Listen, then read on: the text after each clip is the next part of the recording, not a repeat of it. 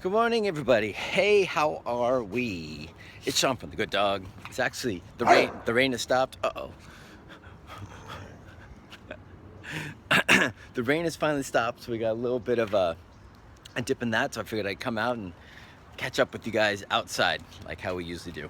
Gonna do a little Good Dog video tip, talking about the realities of the dogs that you pick, the dogs you choose to bring into your home, the dogs you choose to live with, the breeds that you go after that you want, and kind of like folding all that into like a realistic evaluation of the dog, the breed, the requirements that go along with that to satisfy and take care and nurture and fulfill them, and then your life, your needs, your breed tendencies, what you've got that goes along with you personally to create, or what you need to have a happy, fulfilling life, and then making smart decisions built around that, right? So we all know plenty of stories of people getting dogs that too much dog for them, or wrong breed, way too active, way too pushy. Like, you might see an owner that's really soft with a really strong dog, you know, really soft owner ends up with an Akita and it's way too much dog for them, or they get a dog that just needs incredible amounts of activity and they're pretty sedentary folks. Obviously, those are like obvious bad fits. So I think it's really important that, for one, before you just pick a dog based on looks, coolness, I mean, like, look at this, right? If you saw her, this little cutie pie, right? I think just about everybody or anybody would be like, "Are you crazy? Hi, sweets." Everybody would be like, "I'll take her. I'll take her now. I'll take her tomorrow. I'll take her in a second. I don't care what breed she is. I don't care who she is. I just want her. She's so cute." And this is what you get with her. It's just basically non-stop go-go. So beyond that cute, there's a whole lot of other stuff, which we'll get into in a second. So anyways, if you happen to see a dog like that, you might just like grab them just on looks alone. You might not even do the work to find out who the hell or what the hell is that dog and what goes behind, you know, or what goes into that dog. Now, so we have the possibilities of breeding. Like if you're going through like a breeder, then you have the possibilities of more knowledge and information about what the tendencies are with the breed that you're picking out. What does the breeder breed for? What do they select for? Are they selecting for show? Are they selecting for work? Are they selecting for family? You know, all that kind of stuff. So then you've got a kind of a better shot at like getting more information and making an informed decision based on all that stuff. Then we got the rescue world, you know, or adoption world, or shelter world, whatever you want to call it.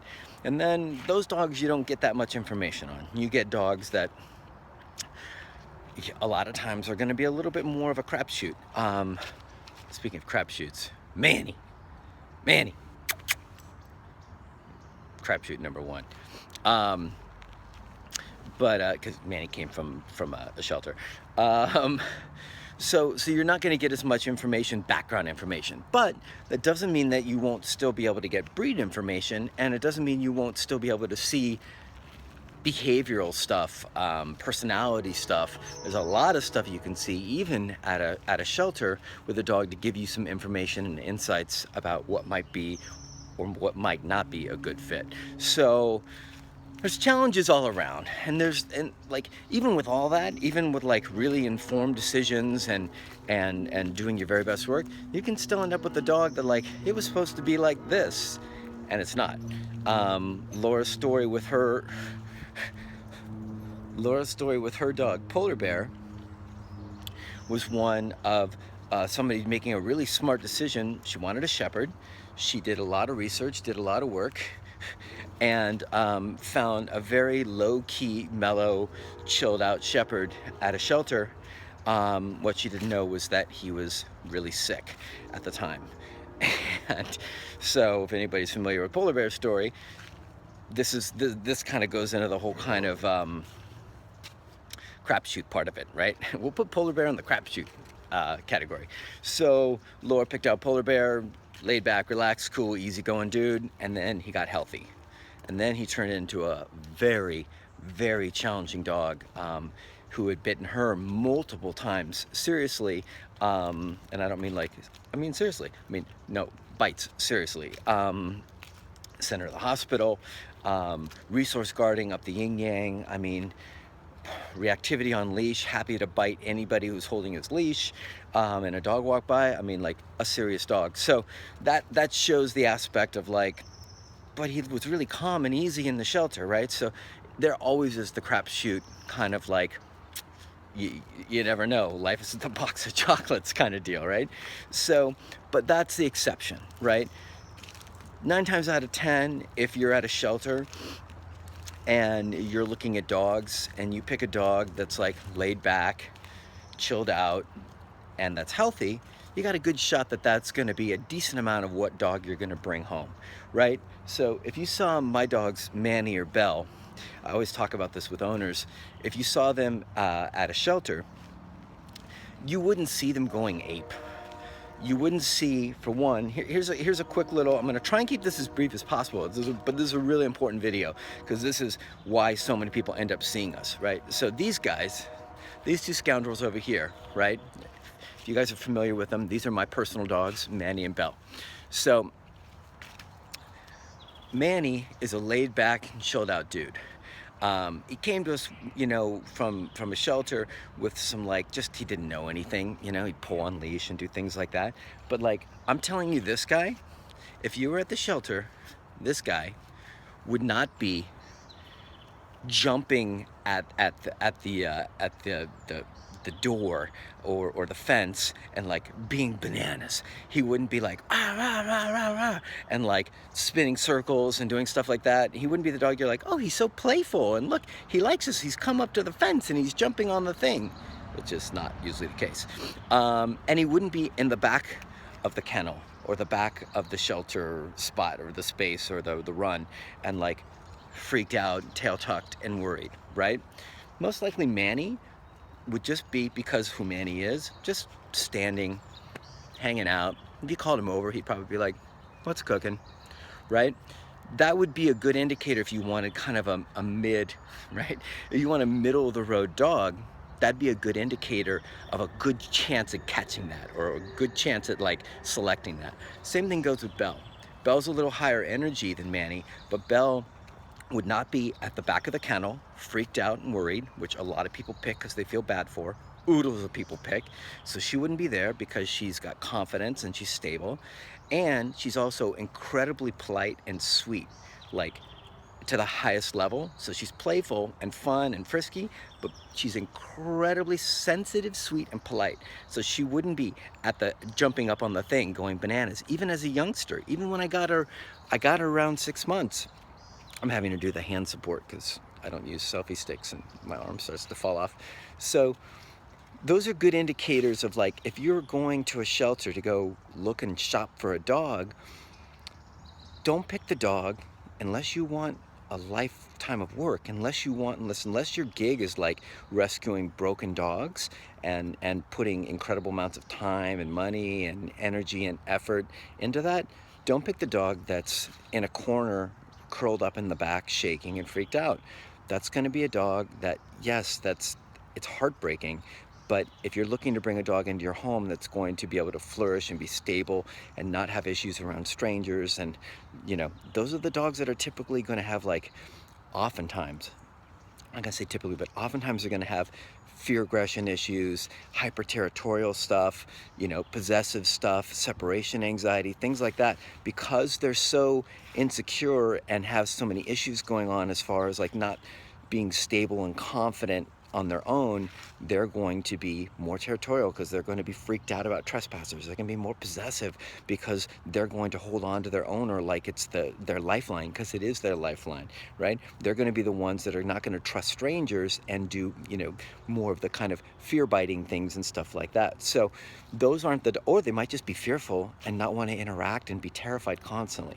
So those wouldn't be the dogs that you'd want to pick out. And then for the dogs that are like jumping at the crate, or the crate door, I'm in crate land, jumping at the kennel door or the door to the run, then you have to make decisions about, okay, cool, the dog's jumping and he's not doing it in a crappy, shitty, like really like, rah, but he's doing it in a really playful, joyful, exuberant way. Okay, then you've got choices to make. That might be a really like fun, high energy, playful guy. Or you could have a dog that's like jumping at the run door, doing it with a different energy and a different vibe, and a little bit more like assertiveness, and a little bit more like pushiness, or a little bit more like up and staring at you, things like that. All sorts of different stuff that if you guys tune in, like really tune in beyond just like the cuteness of the dog or that he's coming to me, and just instead of looking at the broad strokes, look at the really, really nuanced aspects of it and see what am I seeing in this dog? What am I feeling in this dog? Does this dog feel soft and sweet and polite and kind, or exuberant and fun and goofy, or high energy but strong and confident and a little pushy and maybe strong eye contact? Is this dog really worried? Is this dog nervous and insecure? Is this dog barking incessantly out of, you know, nervous stuff? Things like that. Those are really important things to think about as far as like when you perceive a dog when you're at a shelter. Then of course you get into the whole breed thing, and you guys know that it's up to you to do your breed research if you're going to go to a shelter. That if you pick out a shepherd, there's probably going to be more territorial stuff, more high energy stuff. If you pick out a pitty, you're probably going to have, you know, a lot of pitties are high energy. Manny's the exception. Belle's high energy, but Belle's got a very nice off switch. But imagine most pitties are going to be like pretty go, especially if they're young. They're going to be fun, they're going to be goofy, but they're going to most likely be high energy dogs. And then anywhere in between, right? There's a million breeds. We can go down this list forever, and I don't want to take this whole video up with that. But I want you guys to be smart about doing your research when you go to get a dog, that you know that the reason I just brought up like pitties is because pitties are like 80% of what's in the shelter. So do your research, make sure you know what you're getting breed-wise, so at least you got like an overview, right? At least you're like, okay, these are the tendencies. Now within those, right? Within those tendencies, you're going to find a vast array of different behaviors and different dog personalities that are going to fit into that. So the tendencies are just the tendencies. Look at the specific dog, look at the individual dog. I beg of you, trust your instincts more, not so much heart instincts, but like your deeper kind of, I don't want to say intellectual instincts, but there's a different part of you, right? I don't want the emotional like heartstrings, and I don't want just like, well, I want you guys to really feel like we all have the ability to feel deeper about a dog. We have, you know, all these survival instincts that are hardwired into us. If you really look at a dog, I think you're able to get a better perspective. Always have the wild cards. We've got the polar bears. We've got that kind of stuff. But anyways, so check out the dog, follow the instructions I just gave you guys about what to do and what not to do and what to look for in at the shelter, and then also do your breed research. And then if you've just got a mix of 1,000 different flavors on your hands, you're gonna have to judge that dog super individually on everything else that I just shared with you. Now, if you're doing a purebred thing, like this one down here, who comes from incredibly great bloodlines, purebred, super awesome, like working dog lines.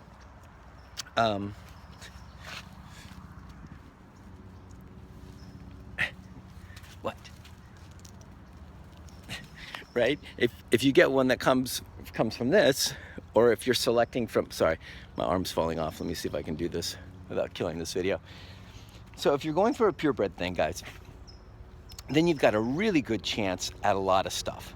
You're going to have, if you're using a really great breeder, a breeder who's not just a backyard breeder, but a breeder who does it for a living and actually selects and is very conscientious about what they select for, and that they only breed for the best stuff.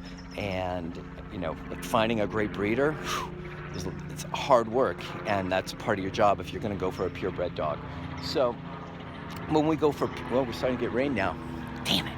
So when you're going for a purebred dog, you're going to have a much better shot at knowing what we're getting, because we've got like breed tendencies and all that good stuff, right? We're going to have breeder insight. We're going to know what the breeder selects for if we're not going through a backyard breeder. We really are going to get rained on here.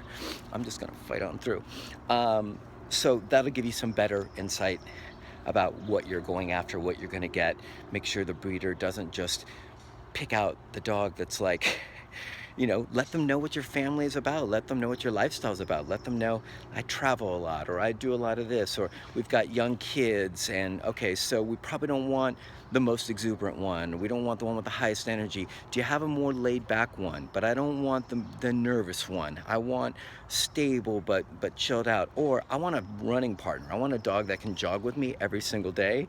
And so I need a dog with some go-go juice. Okay, great. So then the breeder can help you kind of select for that. So work hand in hand as a team with the breeder. Once again, backyard breeders aren't going to work with you like this, and they're not going to be as interested in getting you the right fit. If you're going to go for a purebred, make sure you find yourself a kick-ass breeder so they can really help you find your best shot at a good fit with a great dog that fits your personal lifestyle and also fits the dog's lifestyle. Now, that all said, that leads me to where we're at today with this one, right? So if you guys have been following me, you know that the one that shall be unnamed, she still doesn't have a name yet, Laura Morgan and my friend Ashley Smintek, who's a great trainer, who does both regular behavior stuff like we do, but also does protection work and police canine work and things like that. They hatched a plan to get me a dog after my dog Junior passed away. So, you know, this little girl arrived, right? About as adorable as you might ever find. And so here's the thing. Puppies, she arrived just a hair under 8 weeks. Puppies are really cute, exceptionally cute. You just saw her, right? Evidence. Puppies are an immense amount of work, a crazy, ridiculous amount of work. I've been up, I'm so tired because I'm up constantly with her. Might as well be like Laura Morgan with a newborn, right? So, potty every 2 to 3 hours. Pee, poop, needs to eat a lot, but needs to be supervised constantly. She'll chew, destroy, get into anything, right? So regardless of what breed, let's just say she's just a generic breed, just getting a puppy, be incredibly aware of what you're getting into, because you're getting into major work that you have to be super prepared for. I'm talking about, like, you got to be down for it. You got to be down to like have a newborn child for a while. Luckily they grow up quicker, but you've got to really, doesn't Belle look sad? There's the ball, Dad, come on. You got to be down for the newborn thing. And so she's destroyed my bedspread, 2 of them. One, my favorite, really nice bedspread. She's peed on both of them. She's pooped everywhere. She's peed on our rugs. And we're dog trainers. We supervise pretty carefully, but we also have dog trainer lives. We've got stuff going on. She's had major issues with barking from the crate, and we haven't been able to get her to not do that, even though we're dog trainers and we're pretty darn good at that stuff. So my point is, if you're getting a puppy, I'm going to break this into all sorts of different pieces. If you're getting a puppy, be super aware of what you're getting into. You're not just getting into cute land, you're getting into amazing amount of work land. You're getting into like all this cute stuff, right? Except she wants to go potty every 2.5 hours. And if you don't have your alarm clock set just right, she's gonna pee in her crate, or she's gonna pee on the rug, or she's gonna pee in her X-Pen, or she's gonna pee wherever you've got her. Right now, we don't have her in a crate at night because she's screaming in the crate at night, right? So she's actually on my bed, which is why my bed has been peed on and things like that, which is not what I usually recommend, except we can't get her to stop screaming. So, fun, right? You guys wonder why I look so tired. So anyways, lots of stuff go with puppy stuff, and I just want you guys to be super duper aware that this cute stuff comes with an immense package behind it, an immense amount of, like, when I say a package behind it, I mean like an immense amount of responsibility, like an immense amount. So please be super conscious before you grab a dog that looks cute, and know that, like, raising a puppy, if you're down to raise a puppy and you're down for that work, more power to you, awesome. If you're just caught on the cute train, be aware that, like, you're so getting yourself into a world of hurt that you don't know about if you're just thinking about cuteness. Now, beyond that, we've got my specific situation, right? So everybody knows she showed up a few days ago, and I had to do some really serious thinking about her, my lifestyle, her needs, what she would need to be fulfilled and happy, and who she is genetically. I always have this I have this saying, you know, like talking about really active dogs, or dogs built to work and do things, and then like not giving them a job, and that, you know, basically I compare it to like having Usain, I don't know if it's Usain or Usain Bolt, and like putting him in a insurance office cubicle and having that be his life, right?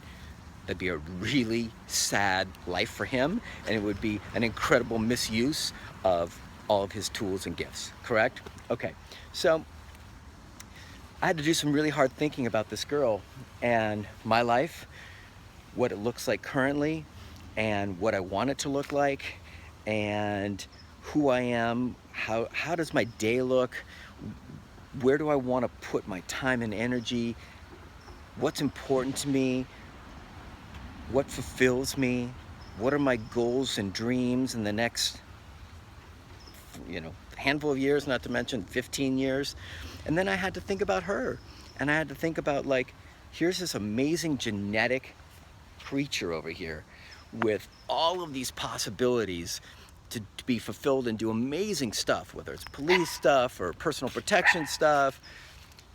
Somebody who really wants all that stuff is going to be the best fit for her, and they're going to have the most amazing time together. They're going to get to utilize and harness all this great stuff that she comes with, and they're going to have a blast. They're going to have like the best time.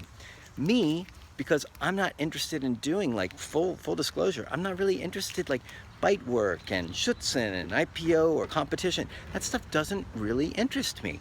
So a dog like this isn't going to get that kind of outlet with me, and what's going to end up happening is that I'd probably end up trying to suppress a lot of her natural drives and who she is in order for us to comfortably live together.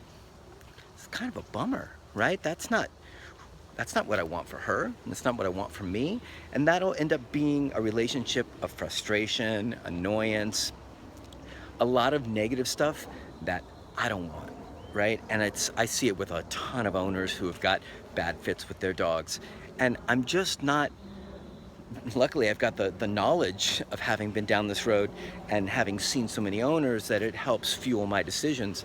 So I'm telling you, she's cute as cute gets.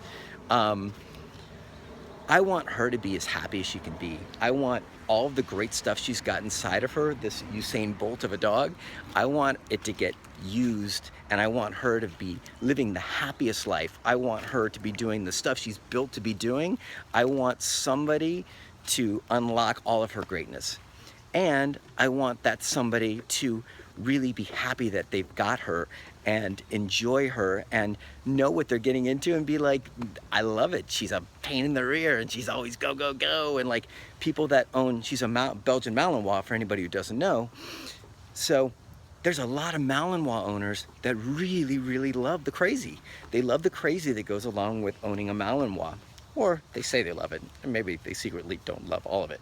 But a lot of them really embrace like the crazy that goes along with it, and they get the payoff on the other side, which is like all the awesome stuff they get to do with that dog. So those owners are going to get the big payoff of like, I own an awesome Mal and we get to do all this great work together. And I know that what comes with that is like dealing with a Mal and all the other components of our life. Those kind of people are going to be super excited about her, and they're going to be not looking to suppress this stuff with her. They're going to be looking to lift it up and get the best out of her. They might want to suppress the screeching from the crate or, you know, anything else, of course, down the line. But my main point of this is just that I want her to be happy, and I want me to be happy, and knowing who I am and being honest with who I am and my lifestyle and what I want and what my day looks like and the things I want to try and accomplish, I know that my lifestyle will end up butting up against her lifestyle and her needs, because her needs are going to be exceptional. She's going to have a lot of stuff she needs to be happy. And I know that I'm not going to be the one that's going to be able to fulfill that, and except at the cost of a lot of the stuff that I need for myself to be happy. So prioritizing me and prioritizing her, I've made the decision that I won't be holding on to her. I'm not going to keep her. She's going to go back. She's getting picked up today. Ashley's picking her up, or not Ashley, but friends of ours are picking her up and taking her back to Ashley, and she's going to go to a great home. Eventually, she's going to be placed in an awesome spot. So she's not just going away or anything like that. I'm lucky that I'm not in the situation a lot of people are in, where if they don't want to keep a dog, they have to take it to the shelter. So that's also one of the upsides of dealing with like a high-end kind of purebred dog breeder. So anyways, she's awesome, and we're gonna miss her, and she's, like I said, cute, sweet, fun, all that stuff.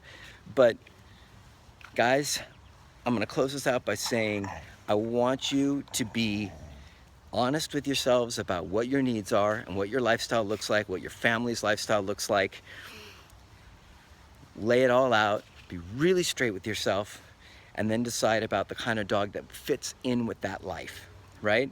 And then do your very, very, very best to go find that dog. It's not always a perfect fit. Life's not perfect. There's gonna be some crapshoot aspects in it, in there. But like, if you're really thinking like, this is what my life looks like, these are my needs, this is what I want my day to look like, this is how I want to live with the dog, cool. Now you got a real blueprint you can pull from, and now you can go after that stuff. Now you can start looking for that dog that fits that lifestyle. That's what I want for you guys. I want you guys to at least start your relationship in a space, if possible. We're not always that lucky. Sometimes dogs show up into our life and they've been dumped or whatever. I get it. I know all about it. But when you do have the choice, when you do have the option to make a really informed, wise, not heart-related, but brain-related decision about what dog you want to have for the next bunch of years to fulfill you, but also to fulfill them, I think that's what I want you guys to get most of all. Hey, B, most of all out of all this stuff. So she's going. We're gonna miss her, but we know she's going somewhere better than this. I'm happy for her that she's gonna go get a life that's gonna be the best life for her. And I know that I'm going to be happy because I'm not going to be frustrated by the stuff that comes with her. So my next dog will be a dog that fits into my life as best as possible, and I'll make that selection when the time comes. But I hope this is helpful for you guys. I know it's a really long video. It might be one of the more important videos that we've ever shot, talking about dog selection, right? And how to best select the right dog, and at least starting off this whole process with mindfulness about who you truly are, what your lifestyle looks like, what your family looks like, and what kind of dog you're bringing into that, so you guys have the best shot at a good fit and having a happy life together, so you guys don't have to come see us and do all that, or be frustrated and upset with your dog. That's not what you want. That's not the life that we're looking for with the dog. We're looking for pleasure, joy, fulfillment, challenge. Not always easy, but like We want way more upside than we do downside. So, Sean from The Good Dog. Hope this is helpful, and we'll miss this little girl, but I know she's going somewhere fantastic, and she's gonna have an even better life. So with that, I'll see you guys later. Bye.